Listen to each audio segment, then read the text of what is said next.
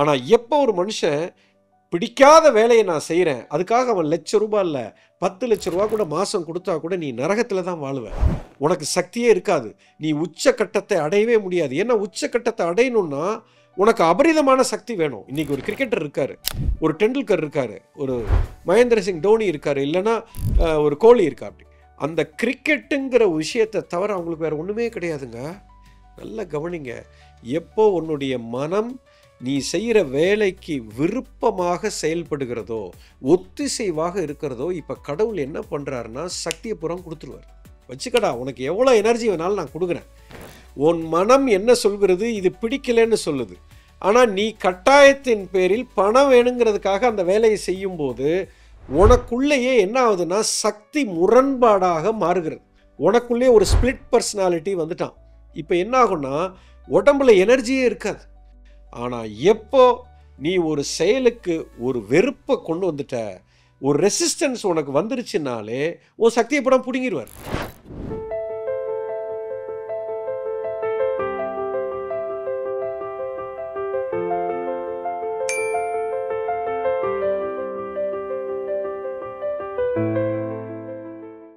மனுஷன் மட்டும்தான் தவறான பாதையில் போகிறான்.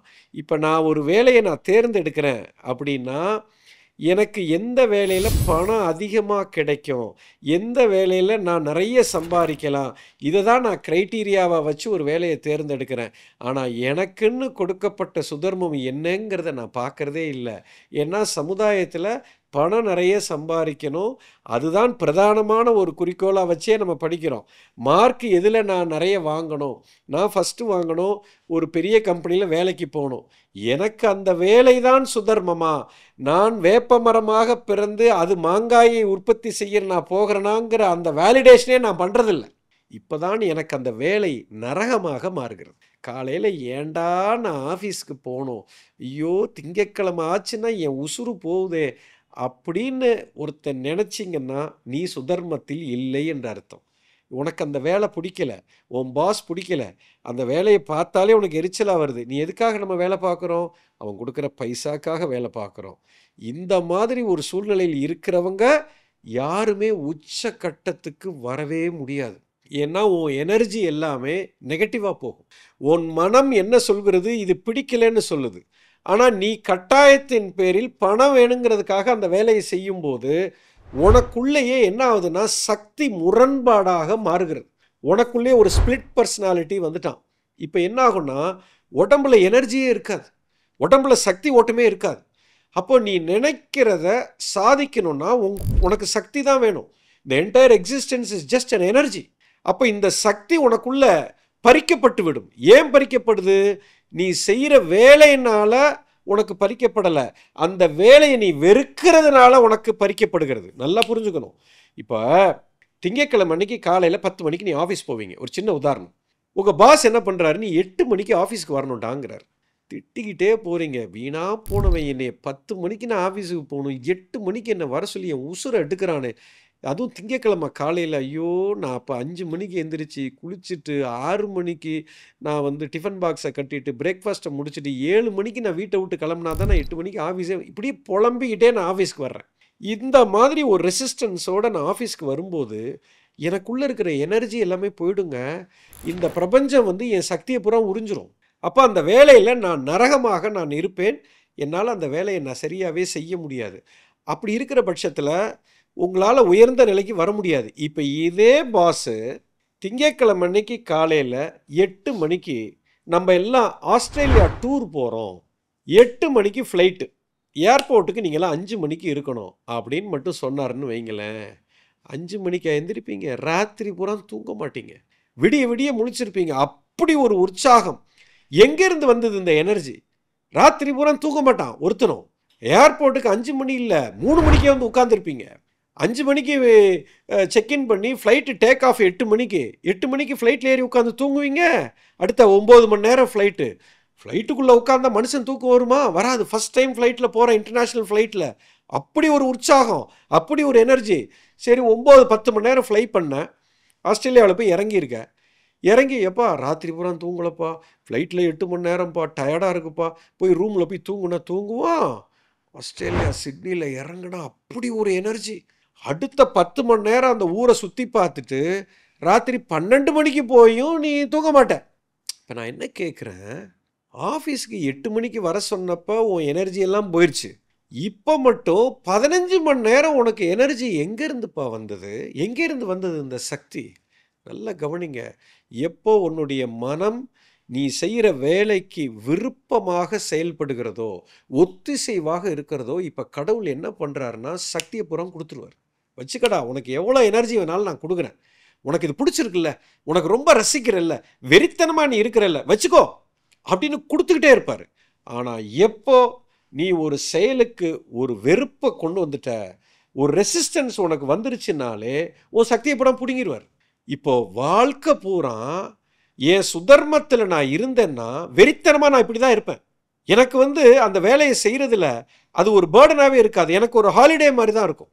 ஆனால் எப்போ ஒரு மனுஷன் பிடிக்காத வேலையை நான் செய்கிறேன், அதுக்காக அவன் ₹1,00,000 இல்லை 10,00,000 கூட மாதம் கொடுத்தா கூட நீ நரகத்தில் தான் வாழுவேன்.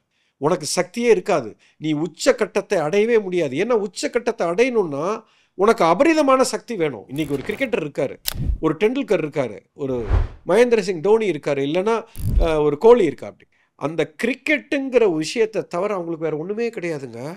அவரோட மொத்த எனர்ஜியும் ஒரே இடத்துல போய் உட்காந்துருக்கு. 10ஆம் கிளாஸ் தாங்க படிச்சிருக்காரு, காலேஜ் கூட போகலை டெண்டுல்கர். இன்னைக்கு மிகப்பெரிய ஒரு சாம்ராஜ்யத்தையே உருவாக்கிட்டார். அவருக்கு பேர் வரும், புகழ் வரும், பணம் வரும், பவர் வரும், அன்பு வரும், உலகமே உங்கள் பின்னாடி வந்து நிற்கும்.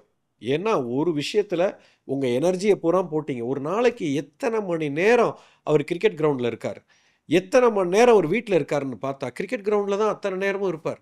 அவரோட மொத்த சக்தியும் அதுக்குள்ளே தான் போகும். அப்படி ஒரு எனர்ஜி ஒரே ஒரு கோலை நோக்கி இருக்கும்போது அந்த கோல் உச்சக்கட்டத்தை அடையும், உலகத்தையே ஆட்டி படைக்கும். அப்போ என்னுடைய டெஸ்டினிங்கிறது அந்த கிரிக்கெட்டு தான் அப்படிங்கிறத வச்சுட்டாரு. அதை நோக்கி ஒவ்வொரு நிமிஷமும் அப்படியே ஆனந்தமாக செஞ்சுக்கிட்டே இருப்பார், தூங்காமல் செய்வார். காலேஜுக்கு போகலை, வீட்டுக்கு போகலை, படிப்பு கிடையாது, பொண்டாட்டி கிடையாது, புள்ள கிடையாது, அது மட்டும்தான். நீங்கள் பீக்கில் இருக்கிற அத்தனை பேரையும் நீங்கள் நினச்சி பாருங்கள், எல்லாருமே அப்படி தான். இன்றைக்கி ஒரு டென்னிஸ் பிளேயர் இருக்கார், ஒரு நாளைக்கு 10 மணி நேரம் டென்னிஸ் கோர்ட்டில் இருப்பார், ஆனந்தமாக இருப்பார். அவர் அதை தவிர வேறு கோலே அவர் கிடையாது. ஒரு பாடகர் எடுத்துக்கோங்க, ஒரு கிரியேட்டர் எடுத்துக்கோங்க, ஒரு வசனகர்த்தாவை எடுத்துக்கோங்க, ஒரு டைரக்டர் எடுத்துக்கோங்க, ஒரு ஆக்டரை எடுத்துக்கோங்க. எந்த கிரியேட்டிவ் ஃபீல்டில் இருக்கிறவங்க அத்தனை பேருமே அந்த டெஸ்டினி தான் அவங்களுக்கு உயிர். அதை தவிர வேறு எந்த வேலையும் அவங்க செய்ய மாட்டாங்க. அப்படி ஒரு வாழ்க்கை நீங்கள் சூஸ் பண்ணுறது. அவங்க யாரும் பணத்துக்காக சூஸ் பண்ணல. கிரிக்கெட் ஆட வரும்போது, இந்த கிரிக்கெட் ஆடினா எனக்கு கோடிக்கணக்கில் பணம் வரும், நான் இந்த பாட்டு பாடினா, நான் பாடகனாக மாறினா எனக்கு கோடிக்கணக்கில் பணம் வரும், நான் இந்த மியூசிக் டைரக்டர் ஆனேன்னா கோடிக்கணக்கில் பணம் வரும்னு நினச்சி இளையராஜா வரல. இளையராஜா அவர் கிராமத்திலிருந்து வந்தப்போ சாப்பாட்டுக்கு கூட வழி இல்லாமல் இருந்தார். அவங்களுக்கு நிறைய வேலை கிடச்சிருக்கும், ஏதோ ஆஃபீஸில் போய் ஒரு வேலை பார்த்துருந்தா ஒரு சம்பளம் வந்திருக்கும், அதில் ஒரு மீடியாக்கர் ஜாபில் இருந்திருப்பாங்க. அதெல்லாம் விடலை, ஒரு ஹார்மோனிய போட்டியை தூக்கிட்டு உட்காந்து இதுதான் என்னுடைய உயிர் மூச்சு, செத்தாலும் நான் இதில் தான் சாவேன், இதுதான் என்னுடைய டெஸ்டினின்னு நினச்சி வெறித்தனமாக ஒரு பேஷனில் தான் உள்ளே வந்தாங்க, பீக்குக்கு போயிட்டாங்க. சார், இதுதான் மிகப்பெரிய ரகசியம். வாழ்க்கையில் மிக உயர்ந்த இடத்துக்கு ஒரு மனிதன் வரணும் என்று சொன்னால் முதல்ல உங்களுக்கு ஒரு டெஸ்டினி இருக்கணும், ஒரு ஒரு ஒரு உன்னதமான ஒரு டெஸ்டினி இருக்கணும், ஒரு கோல் இருக்கணும். அது உங்களுடைய மூலத்தில் இருக்குது. ஒவ்வொரு மனிதனுக்கும் இறைவன் ஒரு சக்தியை கொடுத்திருக்கிறான். அந்த சக்தி உங்களுக்குள்ளே இருக்குது, நீங்கள் அதை மறந்துட்டீங்க. ஏன் மறந்தீங்க? அது அழிந்து போய்விட்டது. எதுக்காகனா நீங்கள் அதை சின்சியராக தேடணும்னு நீங்கள் தேடவே இல்லை, நீங்கள் சமுதாயத்துக்காக வாழ்கிறீங்க. இப்போ சமுதாயத்தில் இன்றைக்கி நான் ஒரு வேலைக்கு போனால் தான் என்னை மதிக்கிறாங்கன்ட்டு நீங்கள் வேலைக்கு போயிட்டீங்க. உங்கள் சுதர்மத்தை நீங்கள் தேடலை.